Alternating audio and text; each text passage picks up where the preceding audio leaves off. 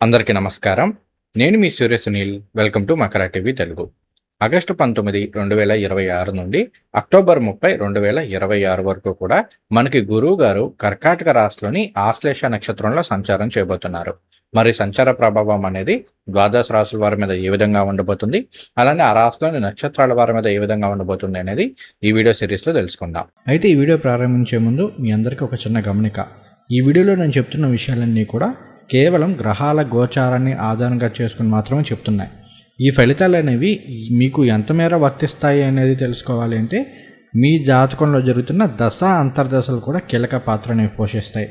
వీటి గురించి తెలుసుకోవడానికి మన ఛానల్లో లైవ్ కండక్ట్ చేస్తుంటాము. ఆ లైవ్లో పార్టిసిపేట్ చేస్తే మీకు జరుగుతున్న దశ అంతర్దశలు ఏంటి, వాటి యొక్క ప్రభావం, అలానే గోచార ప్రభావం మీ మీద ఎంతవరకు ఉంటుంది అనేది తెలుసుకోవచ్చు.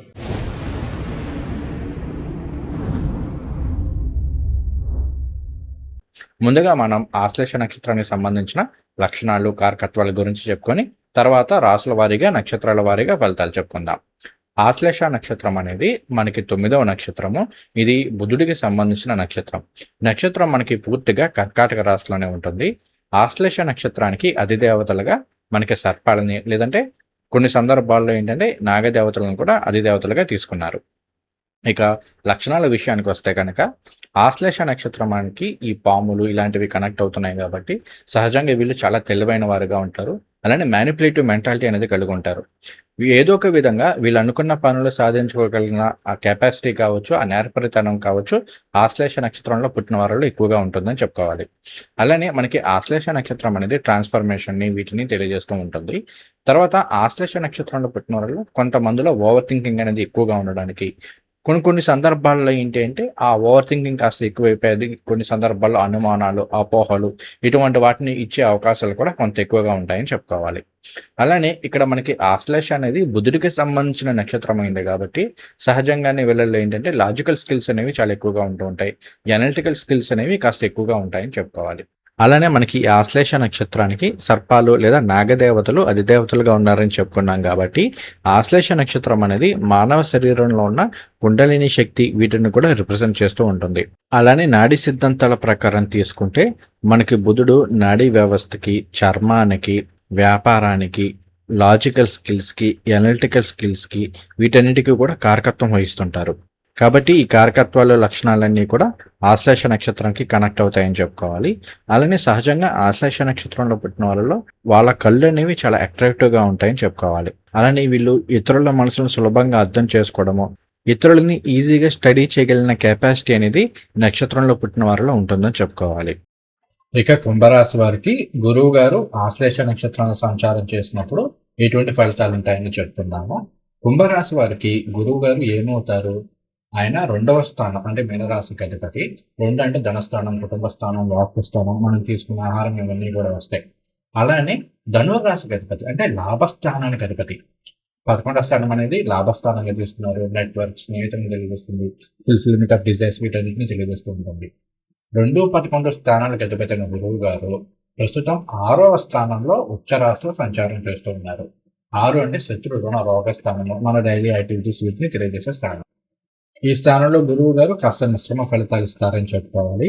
ముఖ్యంగా గురువు గారు ఆశ్లేష నక్షత్రంలో సంచారం చేయడం అనేది కుంభరాశి వారికి సంబంధించి కెరీర్ వైజ్ చూసుకుంటే కనుక కాస్త ఉద్యోగంలో మార్పులను తీసుకొచ్చే అవకాశాలను చూపిస్తూ ఉంది. కొన్ని సందర్భాల్లో ఏంటంటే సహోద్యోగుల దగ్గర నుండి కావచ్చు, లేదంటే మీ కాంపిటేటర్స్ దగ్గర నుండి కావచ్చు, మీకు విపరీతమైన పోటీ ఉండే అవకాశాలు ఉంటూ ఉంటాయి. అలానే మీ ముందు మీతో మిత్రులుగా నటిస్తూ వెనక గోతులు తవ్వే వాళ్ళు కూడా ఈ టైంలో పెరిగే అవకాశాలు ఉంటూ ఉంటాయి. కొన్ని సందర్భాల్లో వర్క్ స్ట్రెస్ తట్టుకోలేక ఉద్యోగం మారిపోదాము, వేరే జాబ్ చూసుకుందామన్న ఆలోచనలు చేసే వాళ్ళు కూడా, లేదంటే అటువంటి ఆలోచనలు వచ్చే అవకాశాలు అనేవి ఈ టైంలో చాలా ఎక్కువగా ఉంటాయని చెప్పుకోవాలి. ఇలాంటి విషయాల్లో కొంత జాగ్రత్తలు అయితే తీసుకోండి. అలానే 6వ స్థానంలో గురువు గారి యొక్క సంచారం అనేది ముఖ్యంగా న్యాయవాద వృత్తిలో ఉన్న వాళ్ళకి బాగా కలిసి వస్తుందని చెప్పుకోవాలి. అలానే సైకాలజీ, సైకియాట్రీ ఇటువంటి రంగాల్లో ఉన్న డాక్టర్లకి బాగా కలిసి వస్తుంది. తర్వాత ఉపాధ్యాయ వృత్తిలో ఉన్న వాళ్ళకి కాస్త మిశ్రమ ఫలితాన్ని తీసుకొస్తుంది. ఐటీ ప్రొఫెషనల్స్కి ఈ టైంలో విపరీతమైన వర్క్ లోడ్ని పెంచే అవకాశాలు ఉన్నాయి. అయితే ఇక్కడ మీకు ఆన్సైట్ ఆపర్చునిటీస్ రావడానికి కాస్త ఎక్కువ అవకాశాలను కూడా చూపిస్తుంది. వర్క్ లోడ్ పెరుగుతుంది, దానికి తగ్గట్టుగా ఏదైనా ఆపర్చునిటీ వచ్చే అవకాశాలు ఉన్నాయి. కాబట్టి వాటిని సద్వినియోగం చేసుకునే ప్రయత్నాలు చేయండి. ప్రభుత్వ ఉద్యోగులు అయితే కనుక ఈ టైంలో ఉద్యోగంలో ట్రాన్స్ఫర్లు ఉండే అవకాశాలు అనేవి కొంత ఎక్కువగా ఉన్నాయని చెప్పుకోవాలి. తర్వాత రీసెర్చ్ రంగాల్లో ఉన్న వాళ్ళకి చాలా బాగా కలిసి వస్తుంది.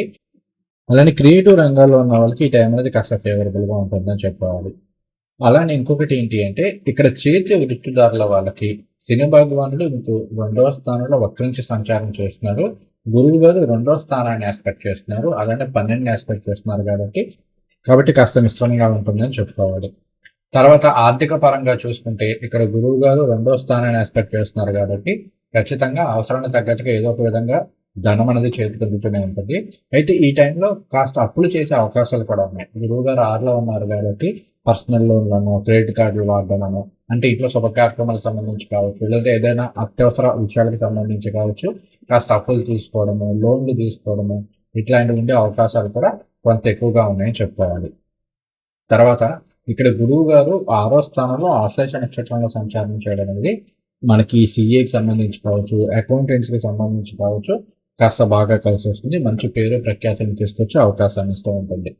అలానే గురువు గారు ఇక్కడ మనకి ఆశ్లేష నక్షత్రంలో సంచారం చేయడం అనేది అది బుధ నక్షత్రం అవుతుంది. బుధుడు మరలా మనకి పంచమాధిపతి, అలానే అష్టమాధిపతి కూడా అవుతారు. కాబట్టి కొన్ని సందర్భాల్లో ఇన్సూరెన్స్ పాలసీస్ ఇట్లాంటి వాటి ద్వారా మనకి అడ్వాంటేజ్ అయ్యే అవకాశాలు ఉన్నాయి. అలానే ట్యాక్సెస్ సంబంధించి ప్రాపర్గా ఉన్నాయా లేదా చెక్ చేసుకోండి. లేదంటే అటువంటి సందర్భాల్లో ముఖ్యంగా ప్రభుత్వ ఉద్యోగులు ఈ టైంలో కొంత ఇబ్బందులు పడే అవకాశాలు ఉంటాయి ఇటువంటి వాటి ద్వారా.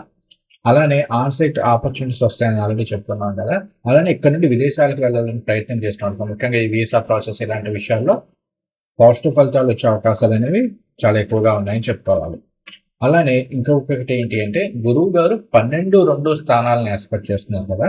కాబట్టి మనం విదేశాలకు వెళ్ళడం మాత్రమే కాకుండా విదేశాలకు సంబంధించిన ప్రాజెక్టులు ఇక్కడ ఉండి వర్క్ చేయడం కావచ్చు, ఇంపోర్ట్స్ ఎక్స్పోర్ట్స్ బిజినెసెస్ లాంటివి చేసేవాళ్ళు కావచ్చు, లేదంటే ఈ బీపీఓ, టెలికాలర్ ఇలాంటి రంగాల్లో ఉన్న వాళ్ళకి బాగా యోగిస్తుంది.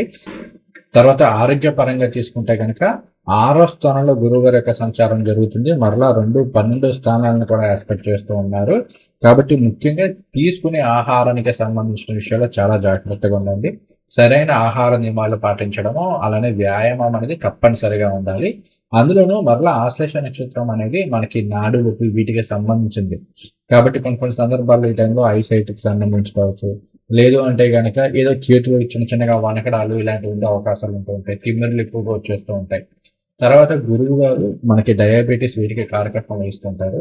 6వ స్థానంలో సంచారం ఉచ్చ స్థితిలో జరుగుతుంది.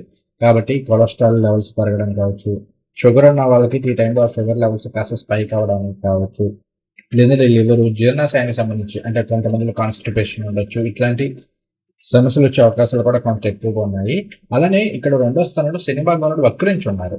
రెండంటే మనం తీసుకున్న ఆహారం ఇవన్నీ చెప్పాను కదా. కాబట్టి ఇక్కడ సరైన టైంకి తినకపోవడము, హెల్దీ ఫుడ్ తినకపోవడము, తద్వారా జీర్ణాశయ సమస్యలు, గ్యాస్ట్రిక్ సమస్యలను, అన్నం అరగాలి లేకపోవడం ఇలా ఏదో ఒక సమస్య వచ్చే అవకాశాలు ఉన్నాయి. కాబట్టి డైట్కి సంబంధించిన విషయాల్లో మాత్రం చాలా జాగ్రత్తలు అయితే తీసుకోండి. ఇక కుటుంబము ఇటువంటి పరంగా చూస్తే కనుక గురువు గారు 2వ స్థానానికి అధిపతి అవుతూ 6వ స్థానంలో ఉన్నారు. మోస్ట్లీ ఇక్కడ ఉచ్చ స్థితిలో ఉండడం పాజిటివ్ ఫలితాన్ని ఇచ్చినప్పటికీ కొన్ని సందర్భాల్లో ఇబ్బందులను కూడా ఇచ్చే అవకాశాలు ఉన్నాయి. ముఖ్యంగా కుటుంబ సభ్యుల మధ్య ఆస్తి తగాదాలు, మాట పట్టింపులు, తద్వారా చిన్న గొడవలు ఇలాంటివి అయ్యే అవకాశాలు అనేవి కొంత ఎక్కువగా చూపిస్తూ ఉన్నాయి. కాబట్టి మాట తీరు విషయంలో కొంత జాగ్రత్తలు అయితే తీసుకోండి. అలానే ఏదైనా ప్రాపర్టీ తీసుకోవడానికి కావచ్చు, వెహికల్ తీసుకోవడానికి కావచ్చు, లేదంటే ఏదైనా అప్పు తీర్చడానికి కావచ్చు, ఇంకొక అప్పు చేసే అవకాశాలు కూడా కొంత ఎక్కువగా ఉన్నాయి.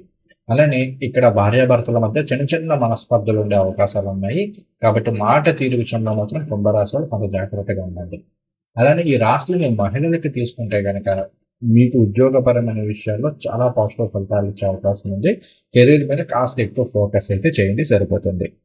తర్వాత విద్యార్థులకు సంబంధించి తీసుకుంటే మాత్రం కాంపిటీషన్ అనేది ఎక్కువ ఉండే అవకాశాలు ఉన్నాయి.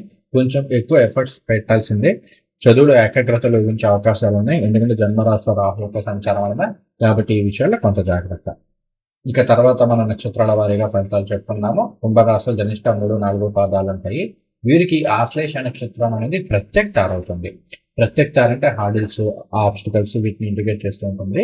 కాబట్టి ఏంటంటే కాస్త సుబ్రహ్మణ్య భుజంగ స్తోత్రాలు లాంటివి పారాయణ చేసుకోండి. అలానే దుర్గాదేవి స్తోత్రాలు పారాయణ చేసుకోండి. కొన్ని సందర్భాల్లో ధనిష్ట నక్షత్రం వాళ్ళకి ఏంటి అంటే అప్పులు పెరగడం కావచ్చు, వడ్డీలు కట్టలేని పరిస్థితులు కావచ్చు, కొంత ఉండే అవకాశాలు ఉంటాయి. అలానే చిన్న చిన్న గొడవలు అయ్యే అవకాశాలు ఉన్నాయి కాబట్టి ఈ విషయాల్లో చాలా జాగ్రత్త. కోర్టు కేసులు ఇలాంటి వాటిలో వాయిదాలకి ఎక్కువ అవకాశం అయితే ఉందని చెప్పుకోవాలి. తర్వాత శతభిష నక్షత్రం. శతభిష నక్షత్రం వారికి ఆశ్లేష అనేది క్షేమతార అవుతుంది. కాబట్టి గతంలో ఏమైనా అనారోగ్య సమస్యలు, తీవ్రతరమైన అనారోగ్య సమస్యలు ఉంటే అవి ఈ టైంలో కాస్త కుదుటపడే అవకాశాలు ఉంటాయని చెప్పుకోవాలి. తెలివితేటలతోటి అన్నిటినీ సాధించుకునే అవకాశాలు ఎక్కువగా ఉన్నాయి. అలానే కెరీర్ వైజ్ చూసుకుంటే కనుక అన్ఎక్స్పెక్టెడ్ గా ఏదైనా మంచి ఆపర్చునిటీ వచ్చే అవకాశాలు ఉన్నాయని చెప్పుకోవాలి. కాస్త దుర్గాదేవి స్తోత్రాలు చదువుకోండి, గురు స్తోత్రాలు పారాయణ చేసుకోండి. తర్వాత మనకి పూర్వభద్ర 1, 2, 3 పాదాలు కుంభరాశిలో ఉంటాయి. వీరికి ఆశ్లేష నక్షత్రం అనేది విపత్కార అవుతుంది.